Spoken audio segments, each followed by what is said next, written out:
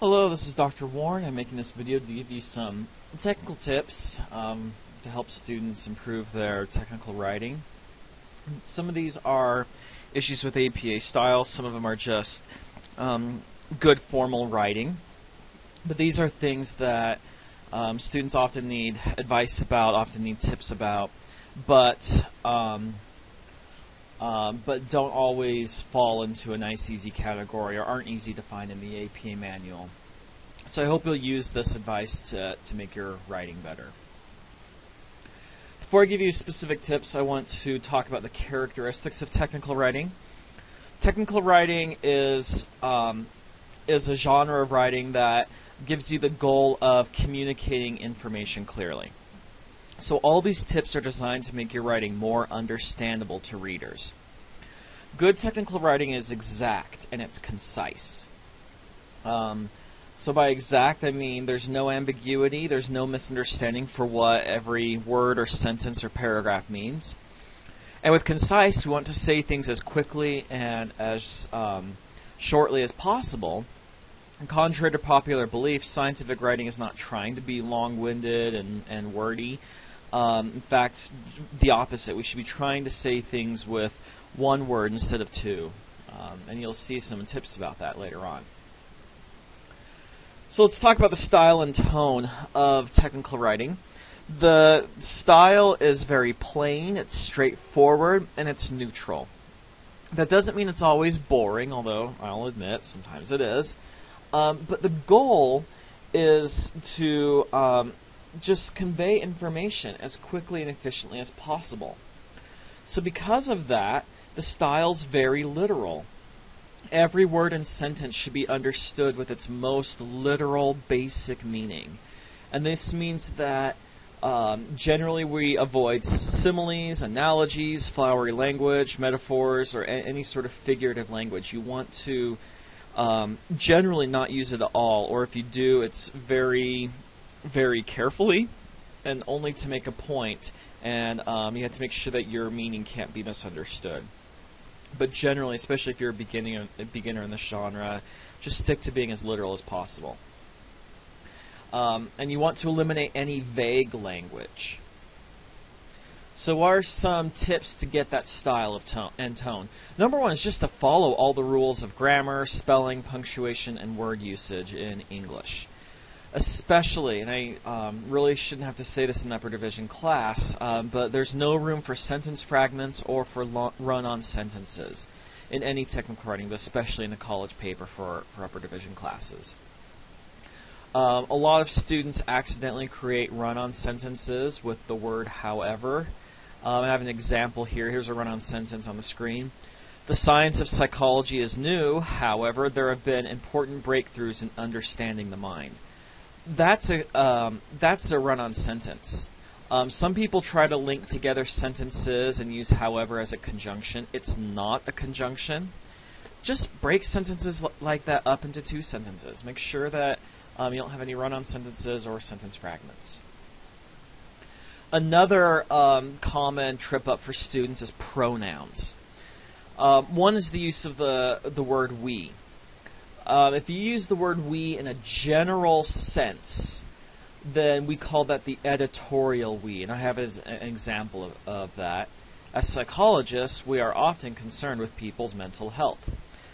In that example, the we is being used in the general sense. Oh, psychologists in general are often concerned with people's mental health. You're not supposed to use it that way, especially in a single-authored paper. The only time we is acceptable is if you are co-authoring with at least one other person, and all of the authors are speaking only about themselves, and it needs to be clear that you're only speaking about yourselves. So don't use we to say, oh, in general, people are concerned about this. You use we to say, these specific authors, me and my co-authors, here is what we did. We analyzed the data, period, for example. Another pronoun, this one's never appropriate under any circumstance, what we call the impersonal you. This is when you use the word you in a general sense.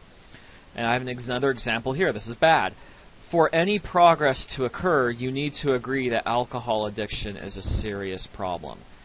Using you in this vague general sense when you're not addressing one specific person is really bad for technical writing. You can replace that you with society or stakeholders, or you can say people with self-medicating behavior, something like that. Don't use the word you. Really at all in technical writing. And it should always be clear when you use other pronouns who or what that pronoun is referring to. Usually, the thing that the pronoun's referring to, it's called the antecedent. Usually, antecedents are the last noun that was specifically named that is similar to the pronoun. So if you say, Jack and Jill went up the hill, but he fell down first. Well, he clearly refers to Jack, because Jill isn't male. But if you say, Jill and Betty went up the hill, and she fell down first, that's really unclear. Usually we assume that the antecedent's the most recent noun, so in this case it would be Betty. But when in doubt, just be clear.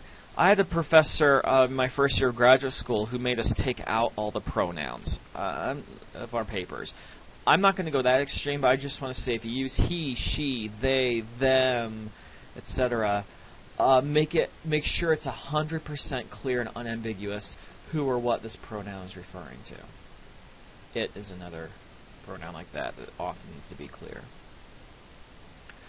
Passive voice is another common tendency that's almost always inappropriate.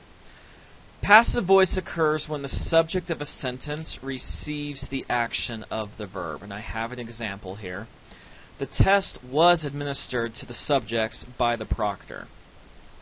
The subject of the sentence is the test. Was administered is the verb. So we have a subject that's just sort of sitting there passively. It's the test just sitting there, and the direct object, the verb is happening to the subject, and the subject's just sitting there receiving the verb. This is weak writing. It's often very vague or wordy, and rewording sentences like this to be the active voice is better because it's more concise and it's more clear usually. So I've reworded that example to be active voice. The proctor administered the test to the subjects. Whoa, here's my subject, the proctor, that's actively performing the verb. This is much better. When possible, write an active voice. The only exception is if active voice would make a sentence more awkward, but 90+% of the time, active voice is less awkward, it's more concise, more exact than passive voice.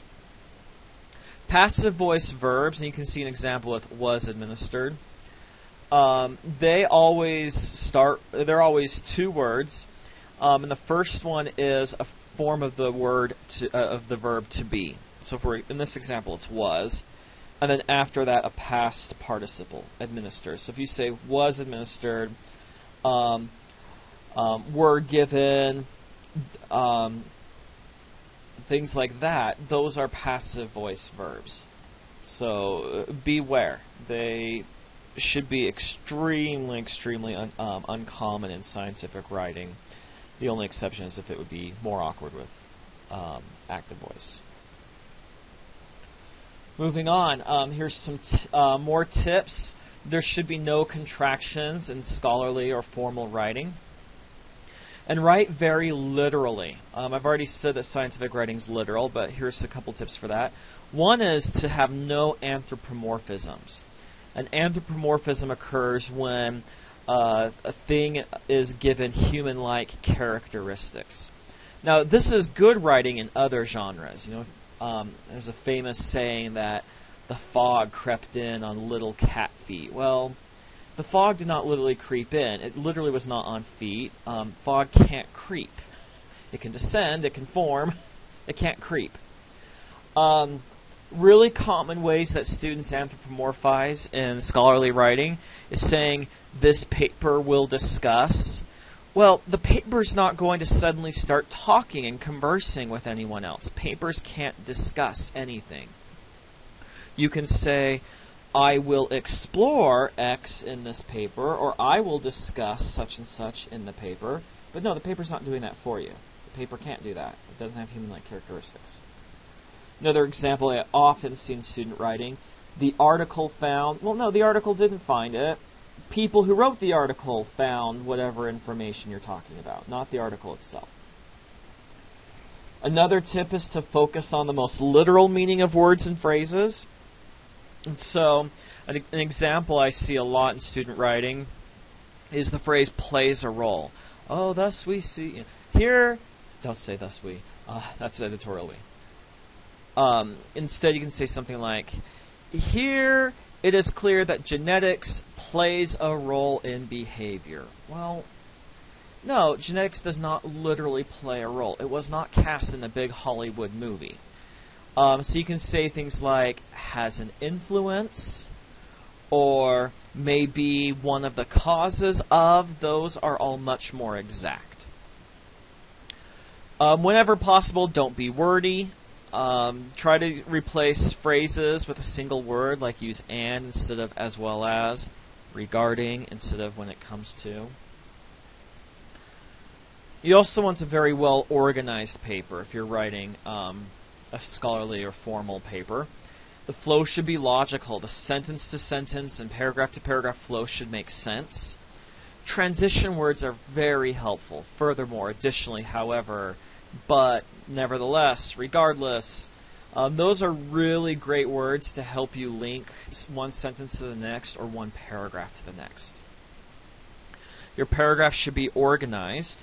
The topic sentence should introduce the main idea of the paragraph, and later sentences should build on that information. And then in technical writing, this is just the Dr. Warren rule of thumb. Most paragraphs are about 3 to 8 sentences long. If you only have 1 or 2 sentences, then you either need to fully explore the idea you're talking about in that paragraph and lengthen the paragraph, or you need to combine it with another paragraph.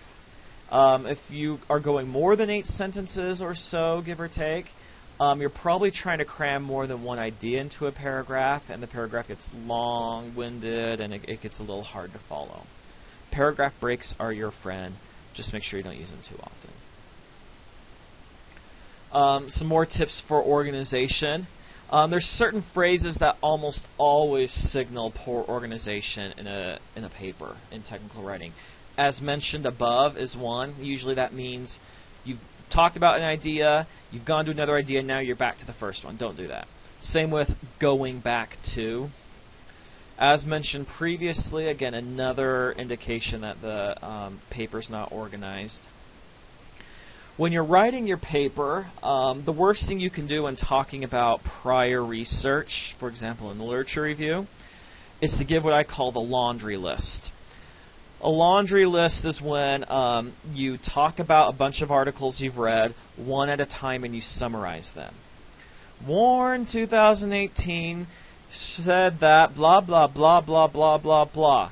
Period. Next paragraph. Smith and Gonzalez, 2012, found that blah, blah, blah, blah, blah, blah, blah. Period. Next paragraph. Landon and Johnson found that blah, blah, blah, blah, blah, blah, blah. Period. End of summary. Next paragraph. Oh my gosh, it's boring even talking about it.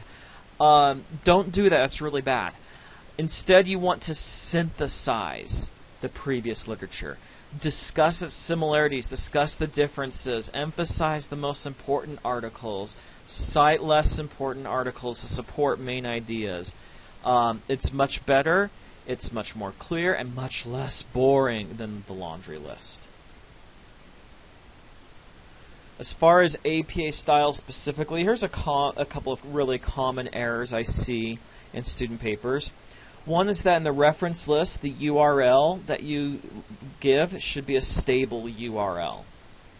Assuming the article has a DOI, then the URL will always start with https://doi.org. If the article does not have a DOI, just use the normal web page. But the stable URL that starts with doi.org, that is never going to change. That URL will always take your reader to the paper. No matter what happens to the website formatting or website design or organization of the publisher, this doi.org address will always direct to the article. It's a stable URL. Look at your URLs in your reference list. If it says UVU or easy proxy, that's not the stable URL. That means you got the article through the UVU library website, and that's fine. But it's not a stable URL because, number one, the library website might change. And number two, if people don't have access to the UVU library, they won't be able to access that URL. So don't do that. Just go to the article's normal page. Just search for the article title in Google or search for the DOI in Google.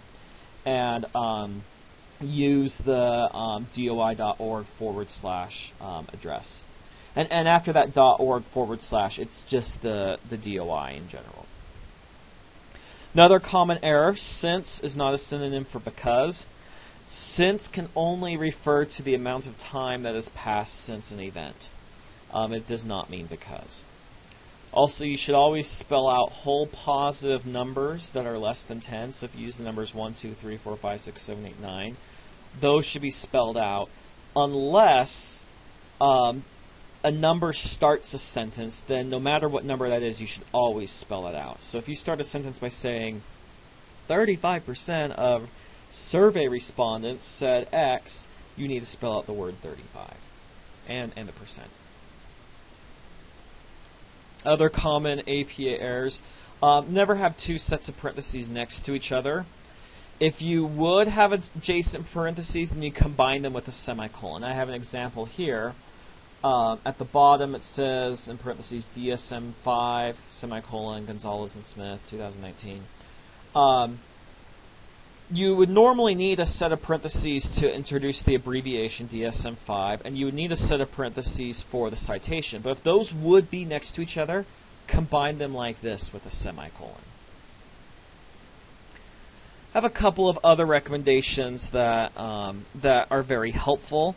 They're not necessarily in the APA manual, but they're just good writing in general, or they're just part of the genre. One is to avoid rhetorical questions. They really don't have a place. You know the answer to your rhetorical questions in scientific writing, so just talk about it. Don't try to say, so what should the results indicate? Well, here's what I think. No, don't just say it. Here's what the results indicate. Another one is that punctuation goes inside the quotation marks. I have a correct example there. The correct terminology for this disorder is intellectual disability. Notice that the period is inside the quotation marks. Same thing should happen if you ever use a comma or a semicolon to end a phrase that's inside quotation marks. The only exception is if a citation immediately follows a quote. And you can see an example there. You've already seen how to quote correctly in a different video.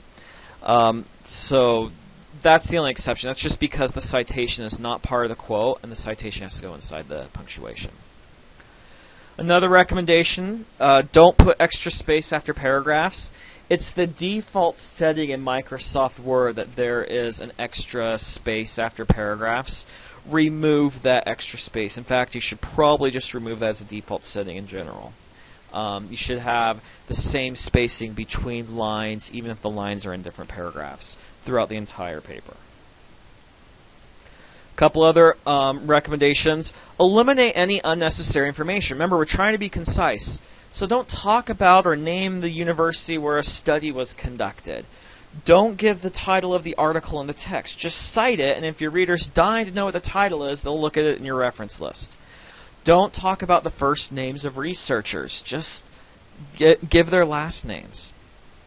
I already said no extra space after paragraphs. Don't know why that's in here twice. One-letter statistical abbreviations should always be italicized, and you can see some examples there. If you're going to use phrases like many researchers say or studies have shown, well then you better cite some studies or some researchers that say those things. Don't say many researchers say and then not cite anyone or only cite one. If there really are many, you better provide enough citations that show that yes, indeed, many people do say this. Also be careful with the words significant and significance. In scholarly writing, these never mean important or importance. If you do use these words, and often we need to, you need to specify whether you are referring to statistical, clinical, or practical significance. There are 3 types of significance. You always need to specify which one you're referring to. Also, you should always define jargon and technical terminology. If you have good reason to believe that some of your readers won't be familiar with technical terms or with the jargon or with abbreviations, you need to define them. Finally, no phrasal verbs. Phrasal verbs are 2 or 3 word verbs. Almost always we can replace these with a one-word alternative. And that one-word alternative is usually more concise, and it's usually more exact. And that's what we're going for in technical writing. So instead of saying find out, use the word learn. Instead of saying seek out, say examine. Use implement instead of put in place. So much shorter. Hooray! Those phrasal verbs, yeah, we want to get rid of wordy, vague language. And phrasal verbs are a really common culprit in student writing. That's all I've got for you. I hope that this has been helpful in improving your writing. Make sure you refer to these tips often to help you improve the quality of your writing, and I look forward to reading your papers in this class. Thanks. Bye.